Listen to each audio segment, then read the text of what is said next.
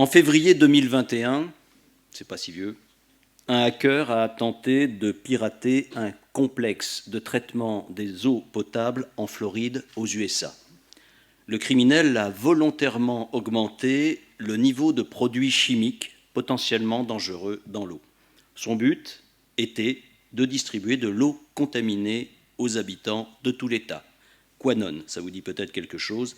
Il ne cherchait pas à tirer un gain financier de cette attaque, mais uniquement à faire du mal. Dans la nuit du dimanche au lundi 2 août, plus proche de nous, c'est le centre hospitalier d'Arles qui a été touché par une attaque par ransomware visant son système d'information. Il entrait ainsi dans la longue liste des établissements hospitaliers qui ont été victimes d'une demande de rançon l'année dernière et cette année.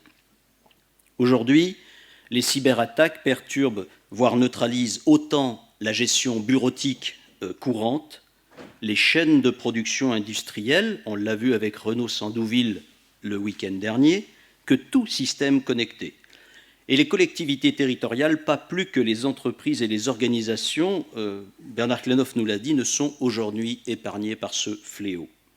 Mercredi dernier, le ministère de l'Intérieur publiait une étude portant sur les attaques par rançongiciel depuis 2016.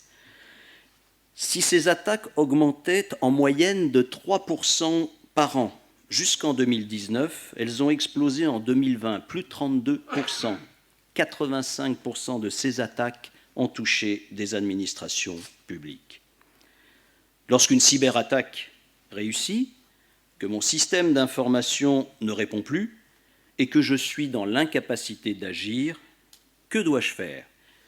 Comment réagir à une cyberattaque? Pour en débattre, j'ai le plaisir d'accueillir à cette première table ronde M. Sébastien Bourlin, maire de Pourrières, ville de 6 000 habitants dans le Var, M. Christophe Hugon, élu délégué au numérique et à l'open data de la ville de Marseille, un petit village de 900 000 habitants, Christophe, le colonel Christophe Berthelin, commandant la section de recherche et le centre de lutte contre les criminalités numériques de Marseille pour la gendarmerie nationale, et enfin M. Kevin Edon, de l'Agence nationale des systèmes de sécurité, de la sécurité des systèmes d'information, qui est délégué à la sécurité numérique pour les régions Provence-Alpes-Côte d'Azur et Corse. Bonjour messieurs, je vous autorise à tomber le masque puisque vous êtes face au public et vous possédez chacun un micro. Monsieur le maire, monsieur Bourlin, je vais commencer par vous qui avez subi une cyberattaque. Pouvez-vous nous faire part de votre vécu et de votre ressenti lorsque cela arrive?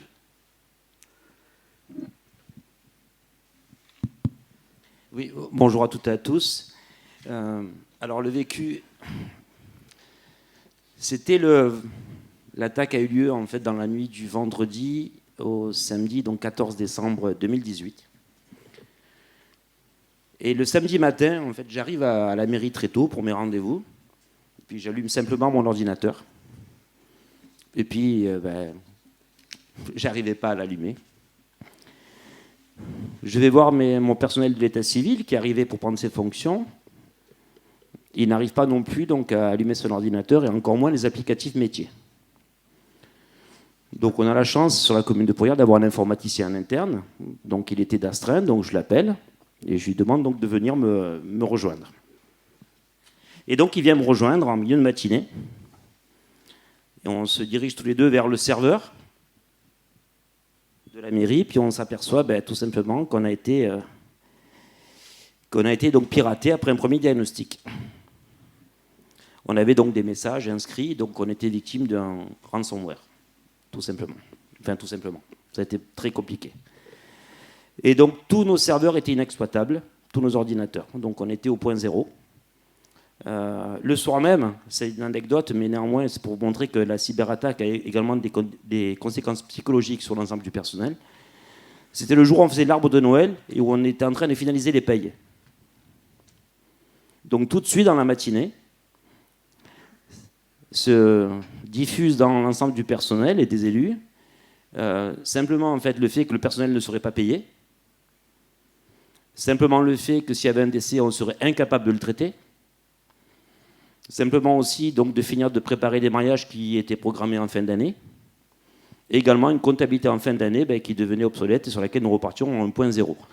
Et donc le soir même, en fêtant l'arbre de Noël des enfants avec mon personnel, donc en dehors de donner les cadeaux, j'ai dû en fait voir des agents pleurer devant moi pour savoir s'ils allaient être payés, pour savoir s'ils allaient pouvoir continuer à travailler. Et croyez-moi, les conséquences psychologiques des cyberattaques sont aussi importantes que la perte des données et donc la partie technique. Donc ça, je voulais également en apporter donc, le témoignage parce que c'est une des souffrances qu'a vécu mon personnel et auquel il a fallu que je fasse face pour les rassurer. Et donc on a été crypté. Donc on a en fait l'ensemble donc, de tous nos serveurs qui ont été mis à obsolète, 5 serveurs, tous les postes de travail, 3 jeux de sauvegarde hors service aussi, et donc les postes des agents qui étaient impactés. Par chance, on a pu donc déclarer immédiatement donc, sur le site web, vous savez, de cybermalveillance.fr, donc notre attaque pour avoir un soutien technique. Et aussitôt, donc, on a pu avoir notre brigade de gendarmerie donc, locale de Saint-Maximin qui s'est rendue donc, à nos côtés.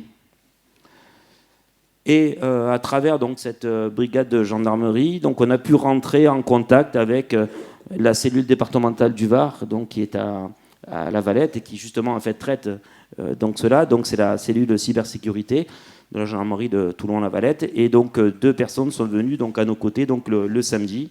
Donc on était 3 en mairie. Il y avait ma chef de cabinet, mon informaticien, moi-même, et donc les 2 personnes de la gendarmerie. Alors sur les conseils donc, des gendarmes, on a joué au chat et à la souris avec nos ravisseurs, puisque c'est le terme que j'emploie. On ne leur a pas dit qu'on allait de suite les payer, on leur a dit qu'on réfléchissait, on négociait les montants, avec derrière l'ambition de ne jamais y soustraire. Et heureusement qu'on était accompagné. On a eu la chance en fait qu'on puisse reconstituer l'arborescence de tout notre système informatique, de pouvoir identifier donc les défaillances et là où on avait été touché, pour en fait pouvoir petit à petit tout déconnecter et protéger ce qui pouvait encore l'être. Et donc on a travaillé donc comme ça, donc le samedi, le dimanche, donc également donc ensemble. Et comme on avait des sauvegardes anciennes, on s'est aperçu donc le dimanche soir qu'on avait possibilité de récupérer 80% de nos données, ce qui est énorme. Par contre, sur la partie qui concerne la partie, je veux dire, tout ce qui est éléments Word et autres, textes et courriers, c'était perdu à 100%. Les gendarmes de la cellule donc de cybersécurité donc de Toulon-La Valette ont joint en fait une cellule ministérielle au ministère de l'Intérieur pour nous faire livrer en urgence de Paris des serveurs donc provisoires qui nous permettaient justement de reprendre en fait le travail malgré les dégradations. Et donc une chance inouïe, c'est que le mardi matin, alors que l'attaque avait eu lieu entre le vendredi et samedi, on a pu donc rétablir 80%, mais on n'avait pas coupé pour autant les contacts avec les ravisseurs. On les a donc promenés, puisque c'est ce qu'ils faisaient avec nous aussi, en l'occurrence, en fait, jusqu'à la mi-janvier. Et donc on a pu recommencer à travailler grâce à ces prêts donc, de serveurs provisoires. Et on a donc restauré les anciennes sauvegardes. On a donc mis en service les nouveaux serveurs. On a remis les ordinateurs donc, par service. On a resensibilisé les agents, et c'est extrêmement important, sur les consignes de sécurité à l'ouverture des mails. Parce qu'on n'avait pas du tout cette vigilance. Et moi-même, en l'occurrence, j'étais bien le dernier donc, à contrôler tout ce que j'ouvrais comme message. Et ensuite, dès lors qu'on a pu rétablir tout cela, on a donc le 5 janvier mis fin aux discussions avec les ravisseurs. On a appris qu'ils étaient en Ukraine, hébergés en Suisse. Et donc, on a coupé donc, l'ensemble des relations. Donc, ce qu'on tire comme retour d'expérience, c'est qu'on a changé notre système d'information de manière complète. On a renforcé nos sauvegardes. On en parlera tout à l'heure. On en parlera tout à l'heure. Mais surtout, la première chose que nous avons fait, c'est que notre informaticien donc, a rencontré chaque agent, a fait changer donc, ses mots de passe en les complexifiant, plutôt que de mettre la date de naissance de sa fille ou de son père ou de sa mère, avec donc, des systèmes plus complexes qui permettaient donc de sauvegarder davantage. Ce que l'on retient, c'est que grâce à l'action d'un service de l'État, 48 heures après, vous étiez à nouveau capable de fonctionner à peu près normalement, même en mode de dégradé. Oui. Est-ce que je peux ajouter juste une chose? Oui. Alors, on a identifié, on a identifié en fait comment est arrivé donc, ce virus, hein, si je peux employer ce terme-là. Nous avons des ordinateurs à disposition du public à la médiathèque. Et une personne, en fait, serait rentrée donc, le vendredi soir avant 18h pour justement pénétrer notre service. Et la cyberattaque se serait déclenchée en fait dans la nuit avant que j'arrive le matin pour prendre mes fonctions. Voilà ce que je voulais ajouter, si vous permettez.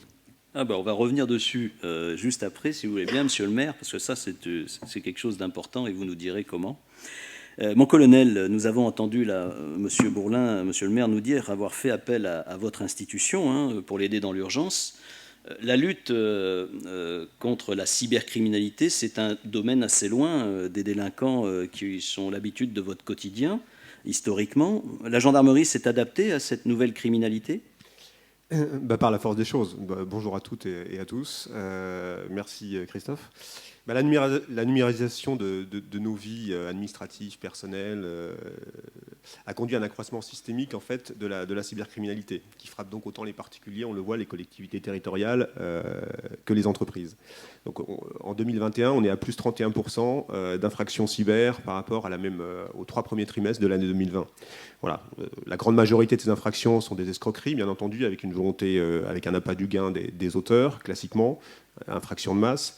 Et puis on a 13% de ces infractions qui sont des atteintes aux personnes, ça c'est une nouveauté.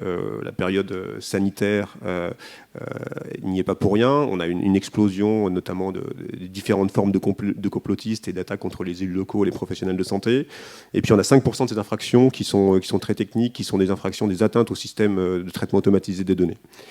Alors cette évolution haussière, évidemment, qui s'est épanouie en 2020 avec la crise sanitaire, elle se poursuivra dans les années à venir. Donc l'espace numérique qui abolit les frontières physiques et juridiques, qui raccourcit le temps, qui anonymise et qui automatise les attaques, crée des potentialités criminelles qui ne sont limitées que par la créativité des délinquants. Donc forcément, la gendarmerie nationale, comme les autres institutions et les autres structures qui s'occupent de la sécurité de nos concitoyens, doivent s'engager.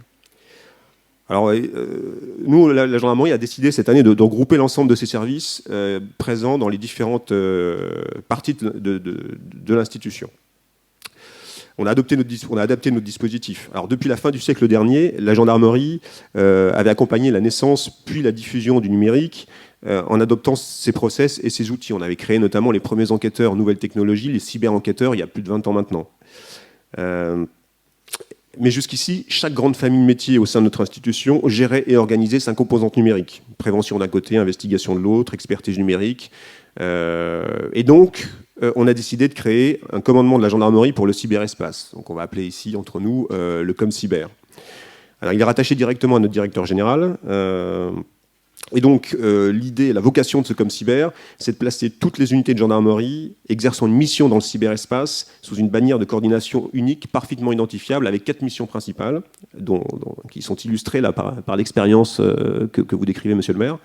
D'une part, l'investigation judiciaire, donc avec 10 000 cyber-enquêteurs qui allient des experts de haut niveau qui se trouvent sur une plateforme centrale qui s'appelle le C3N, jusqu'aux enquêteurs nouvelles technologies et aux correspondants nouvelles technologies qu'on trouve dans toutes les brigades de France, qui sont réparties sur tout le territoire national. Vous avez la deuxième mission qui est bien entendu la veille des espaces numériques, c'est-à-dire la recherche, pour nous, ce qu'on appelle la recherche à caractère opérationnel sur tous les grands problèmes de sécurité du moment, et puis sur la recherche d'infractions sur le net. À titre d'exemple, par exemple, en 2021, 111 profils ont été détectés se livrant à des propos apologétiques ou provoquant des actes de terrorisme. Et on s'intéresse aussi à toutes les problématiques d'ordre public, en ce moment en Outre-mer par exemple, à la pédopornographie, à tout un tas de sujets comme ça qui concernent la sécurité des Français. La troisième mission, c'est la prévention et la protection, bien entendu, mission qui est fondamentale en matière de cybersécurité, mais j'y reviendrai un peu plus tard. Et puis la gestion des crises nationales, qui nécessite l'engagement de moyens exceptionnels sur l'ensemble du périmètre qui intéresse la gendarmerie, alors à côté d'autres institutions et d'autres administrations qui sont présentes autour de cette table ronde et dont c'est le cœur de métier. Voilà, alors notre fameux COM Cyber est composé de quatre structures principales. Une division qui s'occupe de la prévention, de la sensibilisation et de la protection. Une division qui s'occupe de recherche et développement plus particulièrement et qui crée des outils nouveaux qui s'adaptent à la menace qui est évolutive en permanence. On a créé des outils de recherche sur Facebook, on a créé des outils de géolocalisation de photos, de capture de chat sur des téléphones non coopératifs, etc., etc. On a bien sûr un centre de lutte contre les criminalités numériques, le C3N, qui s'occupe de toute la coordination des investigations au niveau national, avec 11 antennes régionales, dont une se trouve à Marseille, qui se trouve dans le service que je dirige, et donc quelques représentants sont dans la salle, et puis le réseau des cyber-enquêteurs, les 10 000 dont je vous parlais tout à l'heure, et puis une division de la stratégie et de la prospective. Voilà. Donc moi je voulais revenir un petit peu sur le dispositif préventif de la gendarmerie nationale, parce qu'en matière de lutte contre la cybercriminalité, la meilleure protection c'est la prévention. C'est-à-dire qu'il faut comprendre le numérique et ses fragilités pour pouvoir s'en prémunir. Alors nous disposons pour ça d'une boîte à outils accessible au grand public, bien entendu. La première chose, c'est la plateforme que certains d'entre vous connaissent, qui est cybermalveillance.gouv.fr, facile à taper dans un moteur de recherche, qui vise à infuser une culture de la cybersécurité auprès de la population, des acteurs économiques et des collectivités locales, et améliorer le niveau de sécurité numérique des établissements publics et privés. Alors, on trouve sur des infographies qui sont relativement simples, qui présentent les risques et les solutions, pour schématiser. Par exemple, pendant la crise sanitaire, on a lancé de nombreuses initiatives au niveau local comme au niveau central pour prévenir les risques particuliers qui étaient liés au développement massif du télétravail. On avait un certain nombre de thématiques, les risques cyber pour les enfants, c'est important, les mots de passe, les bons réflexes, la protection de l'identité numérique.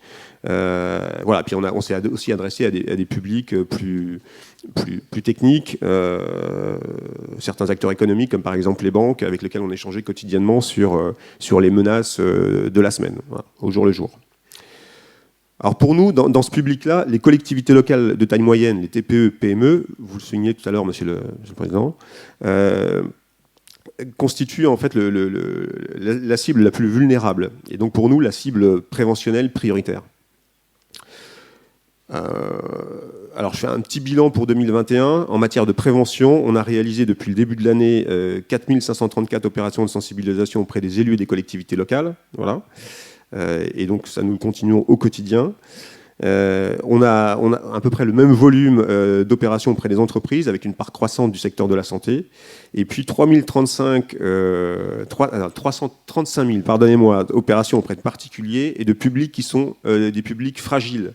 Alors il y a les commerçants, les mineurs bien entendu, et les seniors, qui sont victimes massivement d'infractions. Je pense notamment aux seniors et aux commerçants. Quand j'entends vos chiffres, mon colonel, je me rends compte qu'il y a énormément de travail qui est fait, mais pour autant, on continue à se faire attaquer. Et là, je vais passer la parole à Monsieur Hugon, parce que la ville de Marseille, donc je disais tout à l'heure, un petit village de 900 000 habitants, c'est pour vraiment montrer, c'est pour ça que je remercie Monsieur Bourlin et Monsieur Hugon d'être avec nous, c'est que quelle que soit la taille de la collectivité locale, on est victime. Donc elle a vécu une cyberattaque dans la nuit du 13 au 14 mars 2020. Pouvez-vous, vous, à votre tour, nous faire part de votre vécu et votre ressenti? Est-ce que ce que nous a dit Sébastien Bourlin, ça vous parle? Alors, bonjour à tous, tout d'abord. Donc, comme vous l'avez souligné, on est dans une structure qui est beaucoup plus grande. Mais il y avait aussi quelque chose sur lequel j'aimerais un petit peu insister, c'est que cette cyberattaque a eu lieu la veille des élections. Alors, pour prendre la mesure des conséquences, il faut savoir que c'est une responsabilité municipale du maire d'organiser des élections. Donc que ce soit de la tenue des bureaux de vote jusqu'à la préparation l'organisation, la préparation des assesseurs, etc. Moi, je fais partie de l'équipe de la nouvelle majorité. Donc lorsque nous avons appris la veille des élections qu'il y avait eu une cyberattaque, que ça pouvait avoir des conséquences sur les élections, et évidemment, même si ce n'était absolument pas le cas, ça nous a poussé à se poser des questions. Donc la vraie conséquence là-dedans, c'est qu'il s'agissait d'une atteinte à la démocratie, à notre système démocratique et à la confiance qu'on peut avoir dedans. Donc vous parliez des conséquences psychologiques au niveau des agents, on en a bien sûr eu de très profondes. Nous n'étions pas encore en place, donc je ne pourrais pas parler de la mesure de ces conséquences-là, mais je peux parler de la mesure de la conséquence psychologique et de la confiance dans la République à cause de cette cyberattaque, et je trouve ça extrêmement grave. Lorsque les élections sont passées, que les résultats, évidemment, étaient en notre faveur, ça a effacé pas mal de doutes. Nous sommes arrivés, nous avons rencontré les services, nous sommes rentrés en fonction. Et à ce moment-là, j'ai rencontré, donc étant délégué au numérique, les responsables du système d'information de la ville de Marseille, et j'étais totalement rassuré. Je me suis retrouvé face à des gens extrêmement compétents et qui avaient pris des mesures qui avaient sauvé plus de 99% des données de la ville de Marseille. La seule chose que nous avons perdue, au final, c'est une vidéo d'un musée, une vidéo qui était trop grosse pour rentrer dans notre système de backup. Donc, c'est bien triste, mais nous avons pu tout récupérer. Alors, pour prendre la mesure, maintenant, je vais aller sur les dimensions. Donc, 900 000 habitants, 1300 serveurs compromis, plus de 200 sites interconnectés, sans compter les écoles. Les écoles, c'est 470. Donc, c'est réellement un territoire immense qui a été mis à l'arrêt. Il se trouve que les services et le système d'information a pu détecter immédiatement cette attaque. Il y a donc eu intervention immédiate, donc sur les réseaux, mais aussi physique, c'est-à-dire que tout a été débranché dès que ça a été détecté. Malgré le fait qu'on ait pu sauver des données grâce à des mesures, pour préciser un petit peu, on a des backups qui sont sous 2 systèmes d'exploitation différents, donc on a un dédoublement, ce qui fait que si on a une attaque qui cible par exemple Microsoft ou Linux en l'occurrence, on ne va pas perdre les 2 backups. Un truc plus sophistiqué pourrait le faire, mais cette mesure-là nous a totalement protégés. Donc la ville de Marseille s'est mise très rapidement en mode dégradé, donc papier-crayon, fax, il nous restait des fax. Donc on a pu continuer très très rapidement à continuer à faire fonctionner l'état civil de manière provisoire avec des arrêtés qui permettaient de faire de travailler, on va dire, de manière temporaire. Mais très très rapidement, au bout d'une semaine, des nouveaux outils ont été mis en place. De nouveaux outils de remplacement pour la messagerie, etc. Nous, quand nous sommes arrivés, on s'est retrouvés donc dans une administration, à peu près quelques mois plus tard, un mois et demi plus tard, dans une administration qui était justement en difficulté par rapport à la problématique du mode dégradé, qui était encore présent parce que, vu le nombre de serveurs et de postes à vérifier, ça demandait un travail de fond et assez long. Donc tous les services n'avaient pas été encore remis en place. Et donc on se retrouvait avec la volonté de réformer une ville, puisqu'il y a eu un changement de majorité, avec des agents qui étaient en difficulté par rapport à leurs outils, mais aussi par rapport à la période Covid, puisqu'il ne faut pas oublier que c'est juste avant les grands confinements. Et donc ça a été à la fois une période assez difficile, que ce soit pour les agents ou pour les élus, mais aussi des opportunités. Parce que, étant donné qu'il y a eu une volonté de remettre à plat les outils, de la façon de travailler, etc., et puis aussi une vision, on va dire que la sensibilisation à la cybersécurité, il y en a beaucoup qui l'ont comprise, là, étant donné que leur travail a été très profondément altéré. Et donc, un travail, nous, on s'est retrouvés sur un chantier. C'est un chantier auquel on a pu participer avec la mise en place, nous en parlerons, de certaines choses, certaines façons de travailler, certaines façons de réfléchir. Donc le vécu, ça a été, pour le dire en quelques phrases, d'abord un sentiment d'atteinte à la démocratie à cause de cette cyberattaque, et ensuite un travail immense et un chantier face à des agents qui étaient surchargés par les conséquences de la cyberattaque, du Covid et du changement de majorité. Ça a commencé à faire beaucoup. J'imagine que vous avez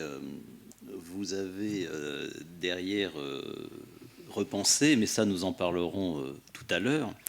Et là, je voudrais m'adresser aux représentants de l'Agence nationale de sécurité des systèmes d'information. Lorsque vous entendez, Monsieur Hédon, nos élus, et nos chefs d'entreprise d'ailleurs, nous faire part de leur désarroi. Qu'est-ce que vous leur conseillez ? Merci Christophe, bonjour à tous. Donc effectivement, je m'appelle Kevin Edon et je suis l'un des 2 délégués de l'ANSSI. Vous connaissez peut-être Moïse Moyal également, sur la région Provence-Alpes-Côte d'Azur et la Corse. Peut-être juste quelques mots sur l'ANSSI avant, et puis après, effectivement, pouvoir rebondir sur ces témoignages, et encore merci pour les avoir partagés. Donc l'ANSSI, c'est l'Agence nationale de la sécurité des systèmes d'information. Nous sommes un service du Premier ministre, et nous sommes l'autorité nationale en matière de cybersécurité et de cyberdéfense. Alors, autorité nationale, ça ne veut pas dire que nous agissons seuls. Au contraire, nous sommes dans une logique de collaboration et de complémentarité très forte avec les autres services qui s'occupent de cybersécurité, et la gendarmerie en fait évidemment et largement partie. Par contre, nous avons un rôle de chef de file, et puis nous avons quelques territoires sur lesquels nous agissons en priorité, notamment la cybersécurité de l'État, la cybersécurité des opérateurs d'importance vitale, des opérateurs de services essentiels. Peut-être quand même le temps de partager que ce n'est qu'un bout de notre action, puisque je vous le disais, autorité nationale, donc nous intervenons sur tout le spectre lorsque l'on parle de cybersécurité, et notamment nous intervenons assez régulièrement auprès de collectivités territoriales. Lorsque je vous disais qu'on intervient, on intervient en fait par rapport à nos missions, et pour conclure cette présentation de l'ANSSI, peut-être dire ce que l'on fait, ou plutôt déjà ce que l'on ne fait pas, puisque nous ne sommes pas un service de renseignement, nous ne sommes pas un service à vocation offensive, et nous ne sommes pas, enfin, je regarde le colonel à ce moment-là, un service judiciaire, puisqu'effectivement d'autres entités qui font ça. Donc une fois qu'on s'est dit ça, il ne nous reste plus rien, ben si, en fait, il nous reste absolument tout le reste. Et tout le reste, c'est tout ce qui va être lié à la mission de l'agence, qui est une mission exclusivement défensive, de prévention, de protection, et puis d'information et de sensibilisation. Et donc effectivement, quand j'entends ces réactions, déjà merci, je le disais tout à l'heure, de nous avoir partagé ces témoignages. Pour les remettre dans un ordre de grandeur, l'ANSSI reçoit des signalements toute l'année d'attaques, parfois pour intervenir directement, parfois juste pour être au courant. Et lorsqu'on regarde 2020 à propos des rançongiciels, c'est une attaque sur 5 qui a été remontée à l'ANSSI qui est liée à une collectivité territoriale. Une attaque sur 5. C'est d'autant plus remarquable que les collectivités territoriales ne font pas partie du public qui est obligé de remonter l'attaque à l'ANSSI. Puisqu'il y a aujourd'hui des opérateurs critiques qui n'ont pas le choix, et les autres, c'est sur la base du volontariat, on les encourage, ça nous permet d'aider tout le monde en fait, mais ce n'est pas obligatoire. Donc une attaque sur 5, donc effectivement ce terrain des collectivités est clairement aujourd'hui un terrain qui est pleinement envahi par les ravisseurs que vous citiez tout à l'heure, monsieur le maire, et on le constate encore dans la région, et tout à l'heure il y a des exemples qui ont été également cités. Alors par rapport à ce que l'on peut recommander, déjà il y a effectivement beaucoup de choses qui ont été dites, ne serait-ce que lorsque vous traduisiez ce que vous avez fait. Peut-être vous passer 1 ou 2 messages clés. Et le premier message clé, c'est de dire qu'il n'y a pas de crise cyber. Il n'y a que des crises d'origine cyber. Pourquoi je vous dis ça ? Parce que déjà, c'est la réalité de ce que vous allez observer. C'est-à-dire que si votre entité publique ou privée considère qu'il y a une crise à cause d'une attaque cyber, ça veut dire que c'est son activité même qui est menacée, et son activité métier. Ça veut dire que ça va être, par exemple, pour une entreprise, l'interruption de ses chaînes de production, ça va être éventuellement l'incapacité à animer un site web d'e-commerce en pleine période de Noël. Ça va être pour une collectivité territoriale, l'incapacité à gérer l'état civil, ou pendant un certain temps, et vous en faisiez une rapide allusion tout à l'heure, l'incapacité de gérer les cimetières. Ce qui peut être une période encore plus compliquée aujourd'hui que ce n'est d'habitude. Ça peut être aussi la compromission de données que vous voulez garder confidentielles de votre entité, soit pour des raisons de compétitivité, des secrets d'affaires par exemple, ou pour des raisons de protection des données personnelles et donc de confiance de vos usagers, de vos agents et de vos concitoyens. Donc c'est d'abord une crise métier. Une fois qu'on s'est dit ça, ça entraîne une conséquence immédiate qui pour le coup est peut-être la rare bonne nouvelle qu'on va partager aujourd'hui. C'est-à-dire que si c'est une crise métier, ça veut dire que vos outils de gestion de crise tels que vous les avez déjà développés dans vos entités sont pour la plupart applicables. Donc il ne faut pas oublier toutes les réflexions que vous avez déjà menées sur la gestion de crise. Et pour vous partager une anecdote à ce propos, je suis intervenu assez régulièrement ces derniers temps auprès de collectivités, auprès d'élus, auprès de directeurs généraux de collectivités.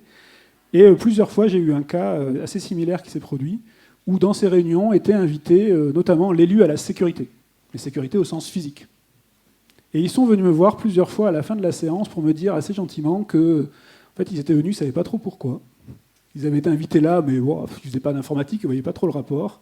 Mais bon, quelque part, ils avaient des mails à regarder sur leur téléphone, donc quitte à les regarder quelque part, autant les regarder là où ils avaient été invités. Je le dis en caricaturant un peu, mais c'était un peu ce qu'ils me disaient. Et en fait, plusieurs d'entre eux m'ont dit après, mais en fait, je me suis arrêté de regarder mes mails, je vous ai écouté, parce que je me suis rendu compte que sur des crises d'origine cyber, En fait, tout ce qu'on avait construit, notamment au sein de la collectivité, par rapport à des accidents, par rapport à des problèmes d'ordre public, par rapport à des inondations, on pouvait l'appliquer, on pouvait le transposer. Et donc finalement, dans notre collectivité, on n'avait pas besoin de tout réinventer. On pouvait déjà, ne serait-ce que s'appuyer sur notre cellule de crise. Donc ça, c'est un premier message. Il n'y a pas de crise cyber, il n'y a que des crises d'origine cyber. Un deuxième message, avant de repasser le micro, c'est que pour autant, il y a quand même des spécificités à une crise d'origine cyber, des spécificités de temporalité. Vous en parliez tout à l'heure. Ça peut à la fois faire mal très très vite et à la fois prendre des temps de résolution, on va même dire de restauration, qui peuvent être très longs. Et Marseille, par exemple, le RSSI témoigne régulièrement que ce n'est pas totalement fini, même si énormément de choses ont été faites. Et pourtant, on est déjà bien après ce qui a été vécu au départ. Donc il y a des spécificités de temporalité, des spécificités d'impact. Ce sont des sujets qui sont souvent assez peu connus par la gouvernance. Il y a des spécificités aussi médiatiques, avec une appétence médiatique forte actuellement sur les sujets cyber, qui peut générer des conséquences qu'on n'attend pas. Et nous, on le voit. Parfois, l'aide de l'ANSSI à des entreprises ou des entités qui nous font signe, parfois, c'est d'abord de les éveiller sur des sujets de communication, et non pas sur le sujet technique du bit de gauche, du firewall à droite, quoi. On est vraiment parfois sur des sujets de communication. Et donc il y a effectivement des spécificités. Alors je ne vais pas vous le faire maintenant, l'explication de comment gérer ces spécificités. Mais par contre, je vous invite très fortement à veiller l'actualité de l'ANSSI sur ces prochains jours, prochaines semaines, parce que nous allons justement publier quelques guides qui s'appuient sur notre expérience de la gestion de crise cyber et qui se veulent, comme c'est le cas de beaucoup des guides récents de l'ANSSI, vraiment pratico-pratiques, des conseils applicables aux grandes entités comme aux entités plus modestes. Je ne vais pas en dire beaucoup plus parce que je vais me faire taper par mes collègues qui n'ont pas encore annoncé ça officiellement, mais je vous invite très très fortement à regarder ce qui va être publié par l'ANSSI dans les jours et les semaines qui viennent. Et voilà. Vous pouvez vous mettre pour cela sur le site de l'ANSSI. Merci Kevin. Sur ce que vient de dire M. Hédon, qui me fait penser que quand l'incendie est là, la priorité c'est de l'éteindre. Vous nous disiez tout à l'heure, monsieur le maire, M. Bourlin, que vous aviez déjà comment dirais-je, un premier retour d'expérience sur ces éléments, parce que le propre d'une crise, c'est d'essayer d'apprendre de cette crise et de rebondir. Christophe Hugon nous disait justement que peut même être une opportunité, c'est d'ailleurs souvent le cas si on pense différemment. Qu'est-ce que vous pouvez, Monsieur Bourlin, nous dire sur ce que vous faites aujourd'hui par rapport à ce que vous avez vécu ? Alors, en effet, on a beaucoup appris de cette crise, puisque en dehors d'avoir un informaticien interne qu'on a conservé, puis après avoir changé tous les serveurs et les systèmes de sécurité, on s'est également attaché donc des services d'un prestataire qui, en doublon avec notre informaticien, suit justement en particulier la cyberattaque. Donc, ce qui fait qu'entre guillemets, on a doublé notre force de frappe. Bon, ça nous coûte cher, mais bon, eu égard à l'expérience, j'en assume le coût et la charge communale donc, par rapport à ce qu'on pourrait donc avoir comme perte. Nos agents sont régulièrement formés et tenus de changer leur mot de passe. L'informaticien passe au minimum une fois par trimestre, passe les voir, change avec eux leur mot de passe, leur redonne des consignes par rapport à la lecture des mails sur les extensions avec une voyelle qui change. Donc c'est tout ce qu'on fait. On les oblige à éteindre leur ordinateur tous les soirs. On leur demande de débrancher le plus possible. Ça paraît aberrant, mais c'est bien ce qu'on fait. Donc c'est des petites choses, certes. Et donc on fait tout ça. Et là où on a eu en fait le plus à souffrir, c'est pendant cette période de pandémie. Je pensais à vous justement qui avez été élu pendant la pandémie. Moi j'ai eu la chance d'avoir été élu avant. On a eu du télétravail. Et puis on avait une quarantaine d'agents sur les 78 de la commune qui souhaitaient donc être en télétravail. Entre l'informaticien et notre prestataire, on a jugé que par rapport à la fragilité de notre système, il ne fallait pas dépasser une dizaine d'ordinateurs en télétravail et bien les contrôler. Pourquoi ? Parce qu'on ouvrait d'autres portes également pour pouvoir donc se faire attaquer. Et donc on a limité donc le télétravail. Donc ça n'a pas été facile avec certains agents, mais bon, on leur a dit écoutez, par souci de sécurité, on ne peut pas aller au-delà de 10 en leur fixant en fait des règles d'utilisation. On a par exemple interdit l'IDESC pour faire une vidéoprotection parce que c'est fragile. Et donc on a simplement donné des outils pour pouvoir en fait se connecter à notre serveur, contrôlé par notre prestataire et utiliser simplement des outils que nous on recommandait sur lesquels on avait une sécurité. Mais malgré tout cela, issu de l'expérience, on s'aperçoit que le relâchement est la règle. C'est-à-dire que même si l'informaticien, donc, de manière récurrente, intervient, le prestataire aussi, on a des agents qui ont quand même oublié, entre guillemets, les preuves qu'on a vécues. Et donc la vigilance, en fait, s'en va très vite. Moi, très récemment, j'ai été victime sur mon téléphone portable donc d'une attaque avec une personne qui m'a envoyé un message sur Messenger en me demandant si c'était moi sur la vidéo. On en reçoit beaucoup tous en ce moment. Bon, j'ai pas été bête, mais j'étais pas loin, pour tout vous dire. Donc j'ai supprimé Messenger. Donc, mais j'ai pas simplement supprimé le message, j'ai supprimé Messenger. J'ai reçu la même bêtise sur WhatsApp. J'ai fait la même chose, même si j'ai mes meilleurs amis du monde, j'ai supprimé WhatsApp. Et j'ai mené mon téléphone pour qu'il soit contrôlé, justement, pour voir s'il était donc bien sécurisé. Donc ce que je veux dire par là, c'est que moi, même moi, j'ai baissé la vigilance. Mes agents ont baissé la vigilance. Et donc, c'est de manière récurrente une pédagogie à faire, parce que les bons réflexes s'en vont très vite. Là, il faut que vous restiez, M. Bourlin, à la dernière table ronde, parce qu'on aura un spécialiste qui nous expliquera comment ne pas faire baisser la vigilance, justement. Monsieur Hugon, vous avez même chose en termes de rétex, vous nous avez déjà abordé la même chose, à peu près le sujet tout à l'heure, mais vous avez adopté des nouvelles façons de faire à la mairie ? Oui, alors... Tout d'abord, j'insiste un petit peu sur les acquis qu'on avait à ce moment-là, parce que les choses se sont passées très vite. Au bout d'une semaine, je rappelle, pour beaucoup de services, c'était à nouveau fonctionnel, même si c'était dégradé, on avait déjà une messagerie, etc. Donc, ne pas oublier aussi que la réaction elle-même est essentielle. C'est-à-dire qu'il y a la prévention, parce que la meilleure façon de se protéger, c'est de ne pas subir d'attaque, mais la réaction elle-même peut très très largement réduire l'impact des attaques. Donc au-delà des principes de base, donc on a fait une grande campagne de mise à jour de toutes nos tuiles, tous nos composants logiciels. On a fait de la sensibilisation, on va en faire à nouveau, le renforcement des mots de passe, l'utilisation des outils, etc. Le changement des outils qu'on utilise. Mais il y a aussi la mise en place d'un centre de cybersécurité à la ville de Marseille qui permet de visualiser, de surveiller en permanence ce qui se passe sur notre réseau, de manière à pouvoir anticiper les risques et de pouvoir intervenir encore plus vite, parce que plus on agit vite et moins il y a de dégâts, et plus on s'en remet rapidement. C'est extrêmement important pour nous. Ensuite, ce qui nous a réellement sauvés, parce que même si on a encore des traces aujourd'hui, mais c'est aussi beaucoup de traces parce que c'est des logiciels qui étaient un petit peu anciens, qu'on essaie de se renouveler, etc. Donc il y a ce côté-là, un petit peu modernisation, qui fait que cette cyberattaque a encore une empreinte aujourd'hui. Mais ce qui nous a profondément sauvés, c'était notre politique autour des backups. Comme je l'ai expliqué, cette idée d'avoir un doublon sur des systèmes d'exploitation différents a été vraiment salvateur pour nous, sachant que, comme je l'ai précisé, une attaque un petit peu plus subtile permettrait de passer au travers. Donc on a mis en place un troisième système de backup externalisé. C'est-à-dire que ce n'est pas un système de backup qui va être au sein de la ville elle-même. Et donc si on perd la totalité de notre système d'information, on a ce qu'on pourrait appeler un partenaire de confiance qui pourrait nous restituer nos données. Ça serait, encore une fois, on devrait redémarrer toute cette façon de fonctionner, etc. Donc, vis-à-vis du télétravail, la ville de Marseille, on ne pouvait pas se permettre d'avoir que 10 postes extérieurs, donc des portes en plus ouvertes, on en a eu pas mal, mais ça a été fait de manière, on va dire, le plus sécurisée possible. Donc il y a l'utilisation de VPN qui ont été mises en place.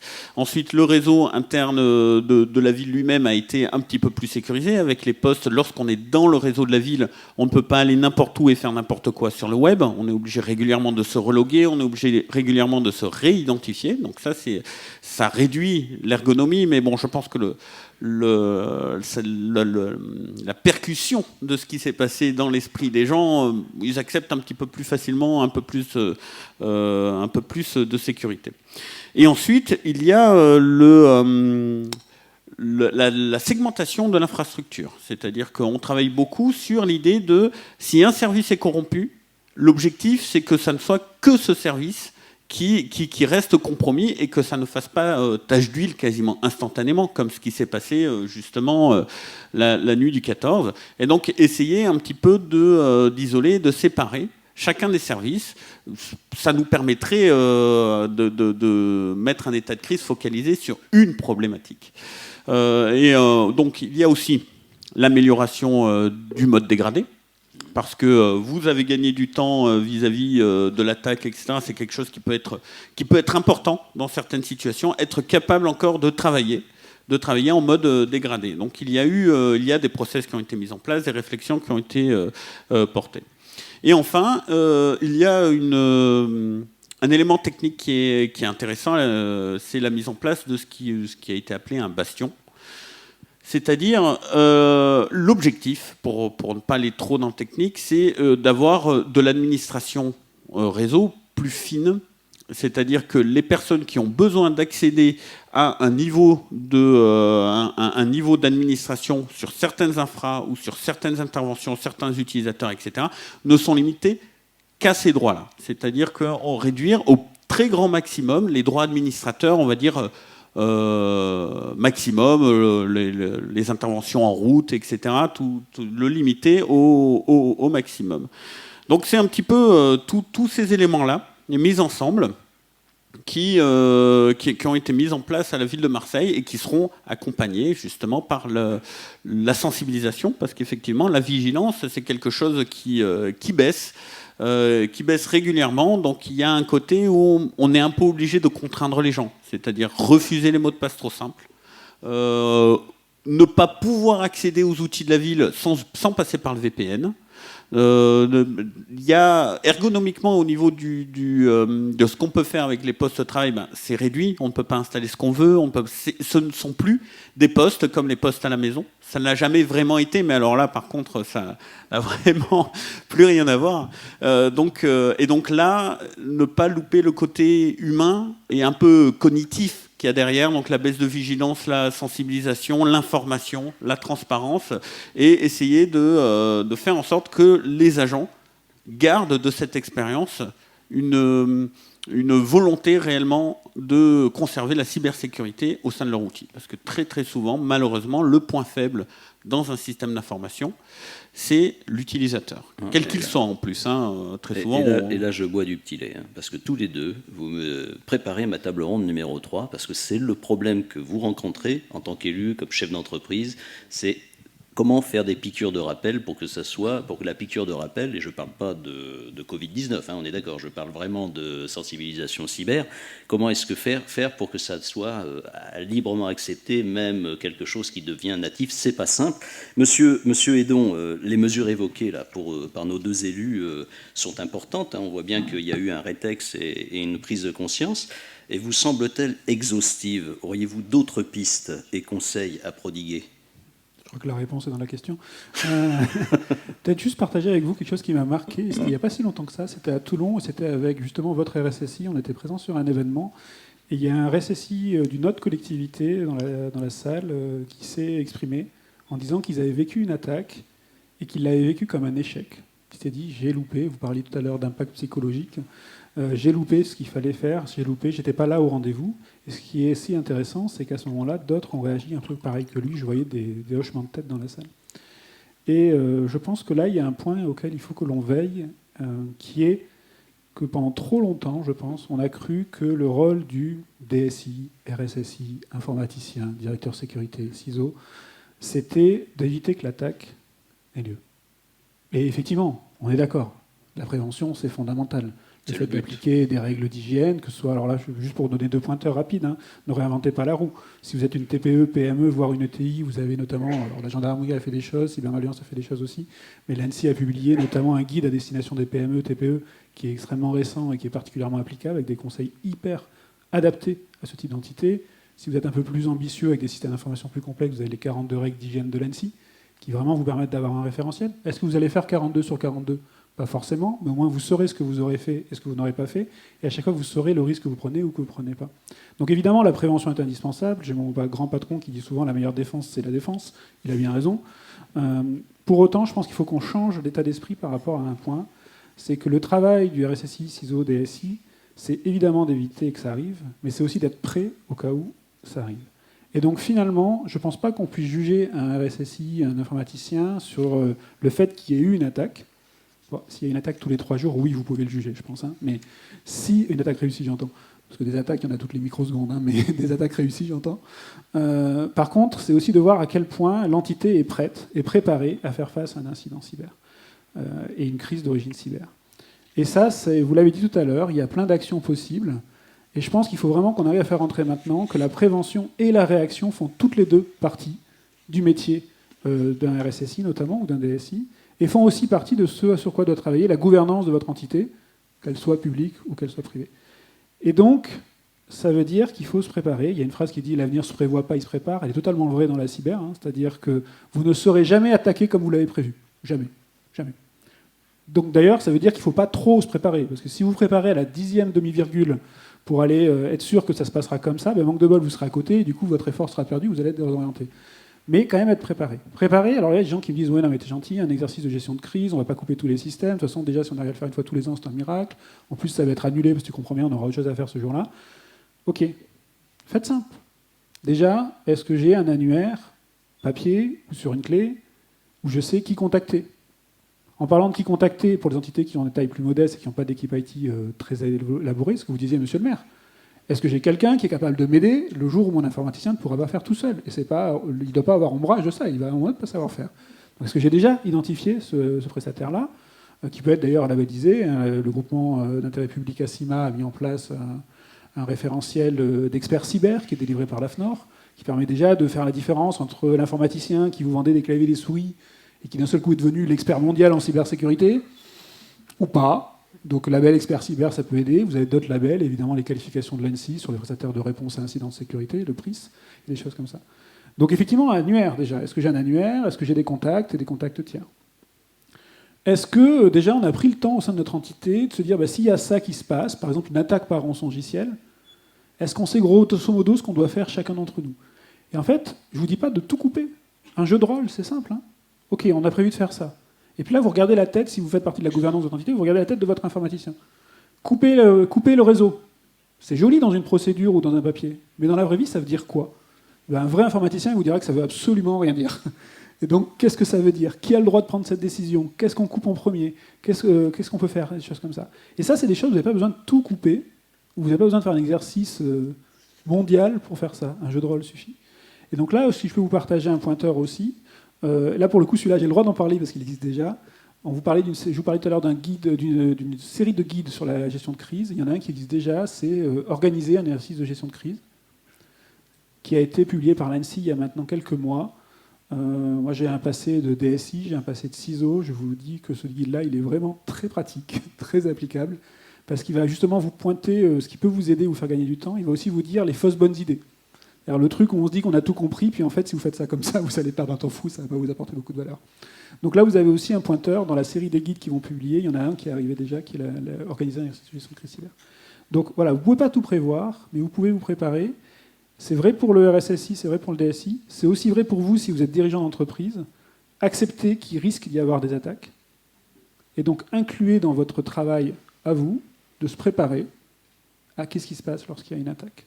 De manière à être effectivement plus réactif le jour où ça arrive. Vous avez parlé tous les deux de temps de réaction, de capacité à travailler en mode dégradé. On parlait des sauvegardes.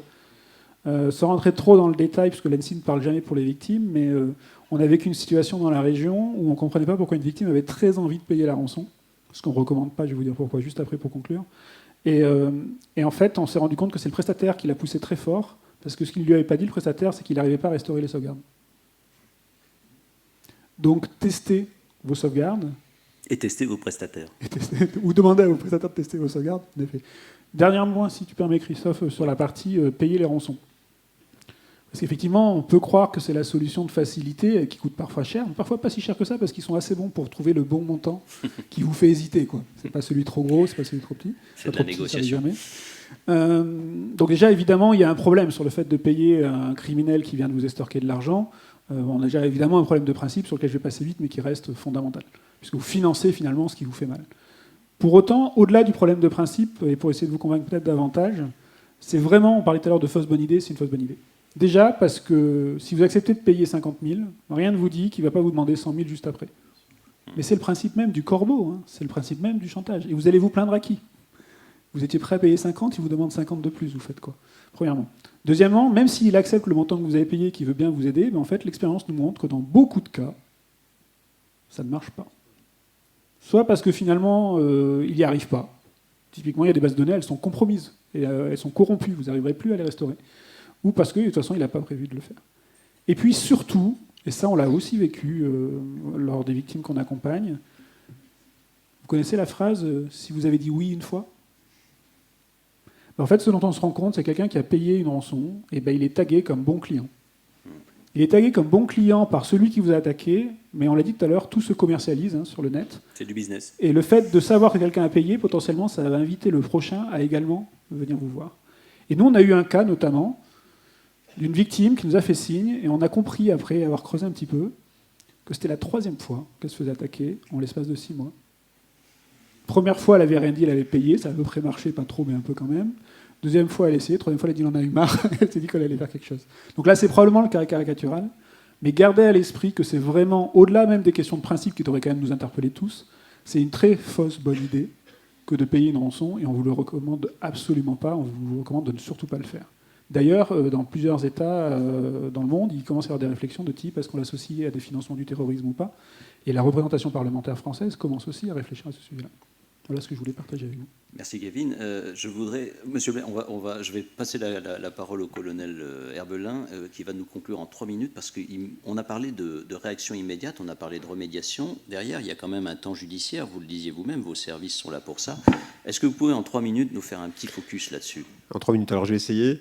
Déjà, pour qu'on puisse intervenir sur un plan judiciaire, il faut qu'on sache qu'il y a une attaque. Ça, c'est la première chose. Et donc, on ne le sait pas toujours. Ça, c'est pour rebondir sur ce que vous disiez, Kevin, à l'instant. Effectivement, on s'aperçoit, par exemple, sur les ransomware, d'une part, que 25% des entreprises paient quand même la rançon demandée, ce qui est énorme, et qu'une entreprise sur 267 porte plainte. C'est très peu. S'il n'y a pas de plainte, nous, on ne peut rien faire. Ça, c'est une évidence.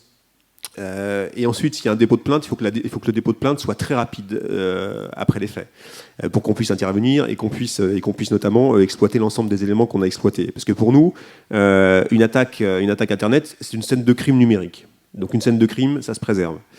Ce qu'il nous faut impérativement, c'est analyser les supports numériques, donc serveur, ordinateur, téléphone, éventuellement objets connectés, pour travailler sur les logs de connexion qui permettent éventuellement d'identifier l'adversaire avec un certain nombre d'informations dont on a besoin. Sachant que déjà, si on a ça, c'est pas une garantie de succès, puisque typiquement, par exemple, pour les ransomware, ce travail, lorsqu'il est exhaustif, ne nous permet d'identifier uniquement 30% des souches, à peu près. Voilà. Et quand on identifie une souche, ça ne signifie pas qu'on va résoudre l'affaire. Ouais. Donc voilà, l'important, c'est la vitesse à laquelle se font les choses. C'est absolument fondamental. C'est d'une part, la volonté pour les entreprises. Alors les collectivités territoriales généralement portent plainte. Les entreprises, c'est plus problématique en raison d'une part du risque de réputation, l'image, l'atteinte à l'image, et puis éventuellement la crainte, enfin la protection du patrimoine informationnel de la société et de l'entreprise. Voilà. Donc après, je suis dans les 3 minutes. Partir, parfait, on pourrait partir et en parler des heures, surtout que j'ai des enquêteurs qui sont là et qui Mais sont vous aurez experts. l'occasion de leur poser des questions à la pause. Ce que je vous propose, Monsieur le maire, avant qu'on pose les questions à la salle, qu'on laisse la salle s'exprimer, vous vouliez dire un petit mot? Rajouter une... Oui. Alors, on a la chance que ces ravisseurs ne savent pas qu'une collectivité locale n'a pas droit de payer en bitcoins. Même pas en liquide, d'ailleurs. Et oui, alors ni en liquide, ni en bitcoins, parce que naturellement, on fonctionne pour un mandat administratif. Donc forcément, nous, on a joué au chat à la souris en disant « je vais te payer, t'inquiète pas », sauf qu'on sait très bien qu'on n'avait pas le droit de le faire. Juste comme ça. Mais ne diffusez pas d'informations quand même. C'est à la fois une chance et un malheur, parce que pour le coup, si vous ne pouviez pas payer et qu'ils en étaient conscients, peut-être qu'ils nous attaqueraient un petit peu moins. Malheureusement, c'est que dans d'autres pays du monde, les collectivités payent. Et du coup, ça génère ça. Mais nous, il faut donner ça au Trésor public et c'est pas facile. La parole est dans la salle. Si vous avez des questions pour nos intervenants, n'hésitez pas, c'est le moment. Où est le micro pour la salle? Là, voilà, merci. Des questions? Ah bah oui, il y en a plein.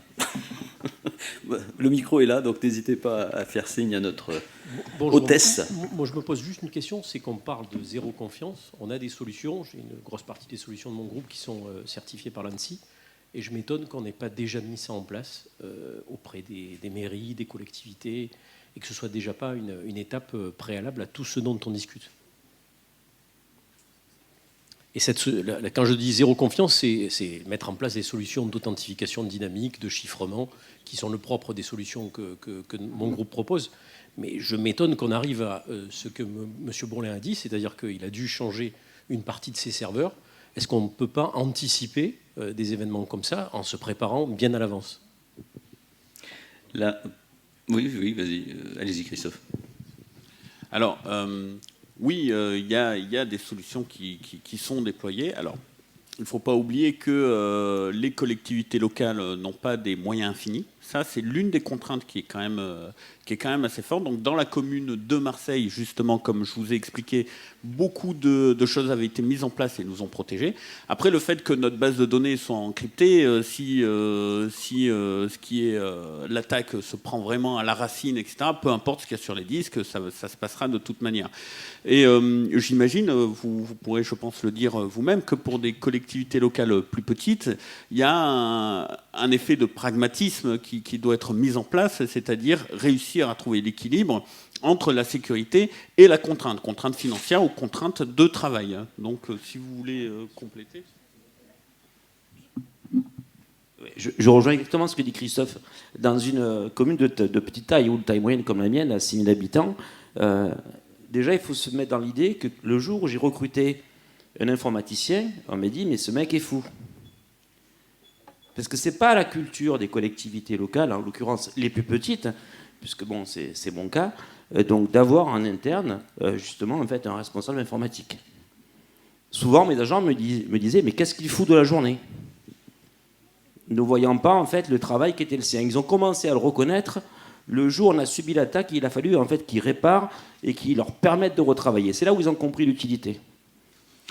Et on a renforcé, je vous disais, avec un prestataire. Donc, et après, il y a un seuil d'acceptabilité, y compris au niveau des élus, qui ne sont pas conscients de cela, qui fait qu'on ne passe pas ce cap que vous citez, qui pourrait nous aider à nous protéger davantage. C'est une culture, en fait, que les élus doivent intégrer, et également les agents des collectivités par rapport aux services informatiques, souvent dont ils ont l'image qu'ils ne foutent rien. Mais c'est un travail qu'on fait, et dès lors qu'on est touché, ce travail, on le fait avec nos agents et nos services. Mais il y en a qui n'ont pas du tout cette culture-là, ils partent du point zéro encore. Hein. Peut-être pour rebondir une demi-seconde là-dessus rapidement aussi. C'est un constat, ce que vous venez de dire, monsieur le maire, ce que vous venez de dire également, monsieur le conseiller municipal, c'est un constat que partage l'État. Et notamment, il y a deux actions principales aujourd'hui en marche. Hein. La première, c'est l'ANSSI qui a lancé dans le cadre du volet, dans le cadre du volet cyber de France Relance une action au bénéfice des collectivités territoriales. Le volet cyber de France Relance, c'est 136 millions d'euros, et il y en a la moitié qui est pour les collectivités territoriales, qui se traduit notamment par des parcours cybersécurité qui à la fois adressent le sujet déjà de la prise de conscience, de l'audit de la situation de cybersécurité de la collectivité, et qui financent, avec ce qu'on appelle un PAC relais, la mise en œuvre de solutions de sécurité, ou plutôt j'allais dire qui cofinancent, parce que le principe c'est aussi d'éviter le côté effet d'aubaine, tiens j'ai de l'argent, mais de toute façon demain je l'aurai plus, je vais laisser tomber. Donc on est dans une cofinancement de manière à ce que le maintien en conditions opérationnelles soit aussi inclus dans le budget de la collectivité. Ça c'est une première action. C'est une action qui bénéficie plutôt à des collectivités de taille intermédiaire ou des grandes, qui bénéficient moins à des collectivités qui ont un informaticien qui souvent d'ailleurs, je ne parle pas de la vôtre, mais remplace les ampoules à côté aussi, hein, c'est souvent l'électricien, l'informaticien aussi. Et donc là, par contre, il y a aussi une autre action qui a été prise par la gendarmerie nationale, je vais me permettre d'en parler à côté de mon camarade, qui est notamment un diagnostic qui s'appelle Immunité, qui a été adressé à tous les élus et qui vise à leur dire est-ce que vous êtes au courant de la situation de votre collectivité en termes de sécurité numérique ? Et si la réponse est non sur au moins un des critères, ça peut être le coup qu'on en parle. Et là, la gendarmerie déploie toute sa puissance par son maillage territorial et sa proximité qu'elle a déjà entretenue avec ses élus pour pouvoir également apporter du conseil. Donc aujourd'hui, ça fait partie des actions que l'on entreprend, qui ne répondront pas à tout, mais qui permettent déjà un sacré gap. Et sur le parcours cybersécurité, aujourd'hui, on a plus de 500 collectivités en France qui bénéficient de ce parcours, qui sont en train d'avancer là-dessus.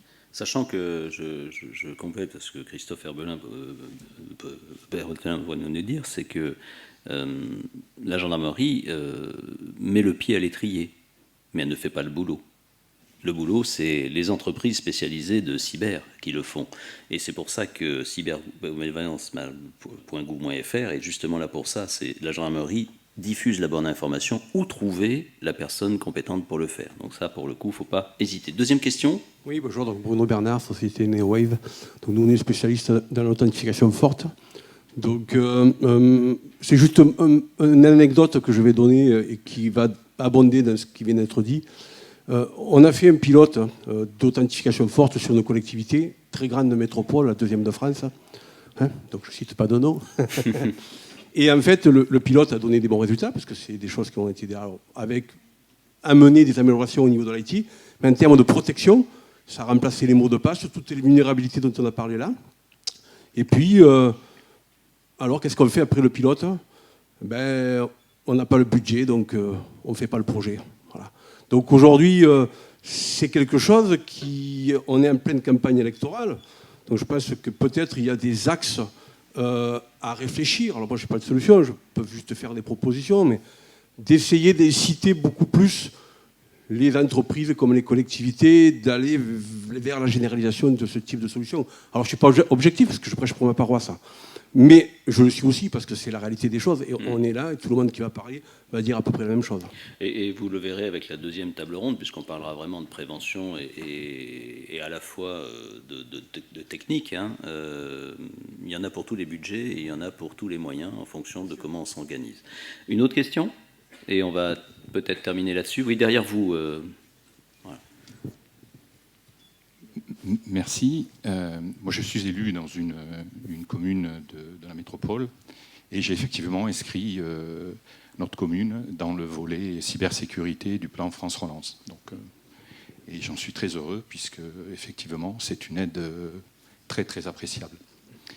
Alors, je voulais vous faire part de deux témoignages d'expériences que j'ai vécues et qui appelleront mes deux questions. J'ai travaillé dans un grand groupe où il y avait une cellule pour contrer toutes les cyberattaques. Une cellule composée d'une trentaine de personnes quand même, puisque nous avions des millions de clients. Et nous avions en gros entre 20 et 30 attaques d'envergure. Je ne parle pas de petites micro-attaques, 20 à 30 attaques d'envergure quotidiennement. Donc, ces grands groupes se sont dotés des moyens pour contrer ce type d'attaque. Ce qui, pour moi, je pense, implique que les attaques vont désormais se cibler peut-être plus sur des ETI ou des PME qui n'ont pas forcément les moyens. D'autre part, la conscience ou la méconnaissance du danger et de la faiblesse qui les guette, et particulièrement en France, je crois qu'on est assez démunis, malgré les supports qu'on peut avoir auprès de l'ANSSI ou de la gendarmerie. Et ça, je pense que c'est très, très préoccupant. Parce qu'aujourd'hui, un hacker peut très bien capter ou sur mission choper le CRM d'une PME. C'est très facile. Enfin, je ne sais pas le faire, mais c'est assez facile. Et donc, il y a beaucoup d'entreprises françaises qui sont en danger. Vous savez, c'est l'objectif de Access Cybersécurité 100%, enfin, Forum 100% Cyber, c'est justement, on s'adresse, et Bernard Klenoff l'a bien dit, on s'adresse à nos PME, PMI, ETI et à nos petites collectivités territoriales. Marseille nous accompagne parce que, justement, ils ont vécu en tant que grande métropole ce genre d'attaque, mais on est vraiment ici au cœur du sujet, c'est-à-dire qu'on est là pour les petits et les moyens, en fin de compte. Alors, c'est très bien, et pour illustrer ça, dans mon entourage très proche, j'ai quelqu'un qui est DSI dans une boîte internationale de Marseille, qui a subi une attaque de très grosse envergure, où ils ont perdu plus de 80% de leurs serveurs, y compris les backups. Ce qui fait qu'ils étaient nus et crus, aucune possibilité de communiquer avec leurs équipes dans le monde, qui étaient livrées à elles-mêmes. Les missions ont été interrompues. Après 3 mois d'efforts considérables, ils ont réussi à remettre les choses un petit peu à niveau, mais il semblerait quand même que l'attaque vienne d'un concurrent majeur international Ils sont trois. qui lui a mis les moyens. Ouais, c'est clair. Alors, ma question,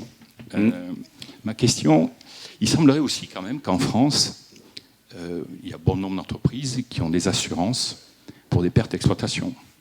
D'accord ?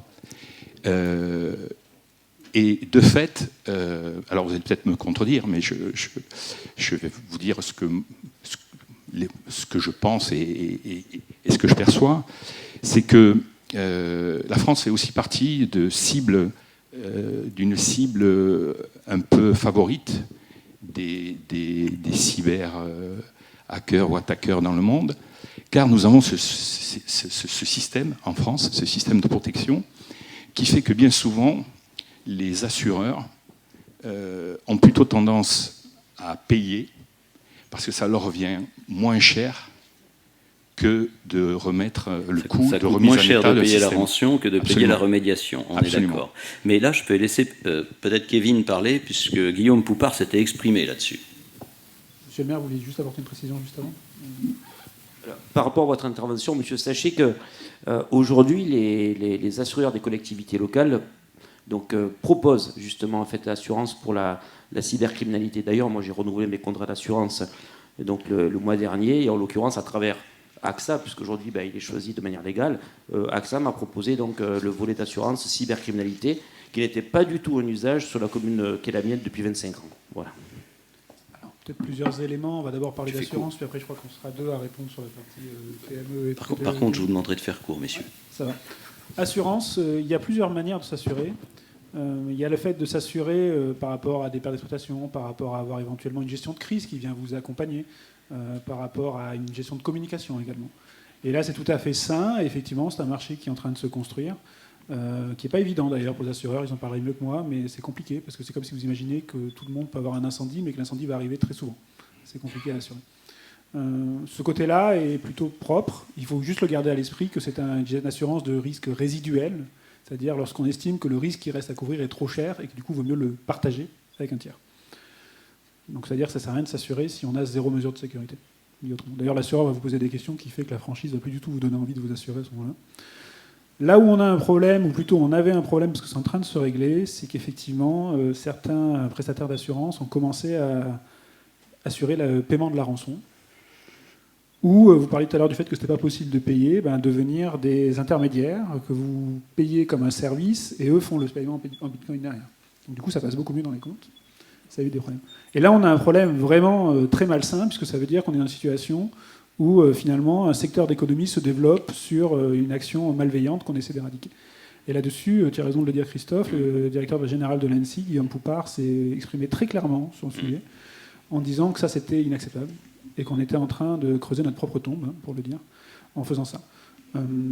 Ça a généré déjà des premières réactions, puisque une des sociétés d'assurance a décidé, 2 jours après, d'enlever cette garantie de paiement de rançon. Je dis bien de paiement de rançon, on ne parle pas du reste, le reste est légitime. De paiement de rançon. Et aujourd'hui, il y a un travail en très proche relation entre l'ANSSI et les associations d'assureurs, avec qui on arrive à bien travailler, pour justement construire quelque chose qui soit plus sain que ça. Donc c'est en train de bouger dans ce sens-là, et effectivement, pour ne pas creuser notre tombe ensemble. Un dernier mot ? Alors moi, je voulais juste dire un petit mot sur la problématique des TPE, PME et d'ailleurs des petites collectivités territoriales qu'on assimile, nous, au sein de la gendarmerie, parce qu'on a bien compris que c'était des cibles... Enfin, la réflexion du ComCyber aujourd'hui, c'est sur ce public-là. Comme l'a montré d'ailleurs, comme vous l'avez montré, monsieur le maire, enfin, nous, on intervient au cas par cas et on appuie l'ensemble de ces structures-là qui ne sont pas dimensionnées pour faire face à ce type de menaces. Ça a permis à la mairie de Pourrières, par exemple, de continuer à fonctionner et derrière de prendre conscience d'un certain nombre de problématiques et de fragilités. Et donc il y a une vraie réflexion aujourd'hui au sein de la gendarmerie pour développer ces messages-là, y compris sur un plan opérationnel et pour apporter des solutions. Alors ça ne se fera pas compte tenu de la masse de public et des moyens contraints que vous évoquiez tout à l'heure. Ça ne se fera pas du jour au lendemain, mais c'est une vraie réflexion et c'est le cœur de notre action là en ce moment. Voilà. Merci, merci. Nous allons en rester là avec les questions, d'autant que vous pourrez, vers 16h30, 16h45, quand nous ferons la pause, vous entretenir avec nos intervenants. Je vous remercie tous les quatre. Merci pour votre... Vous pouvez les applaudir, oui. Témoignage poignant pour nos élus et témoignage très instructif pour les représentants de l'État.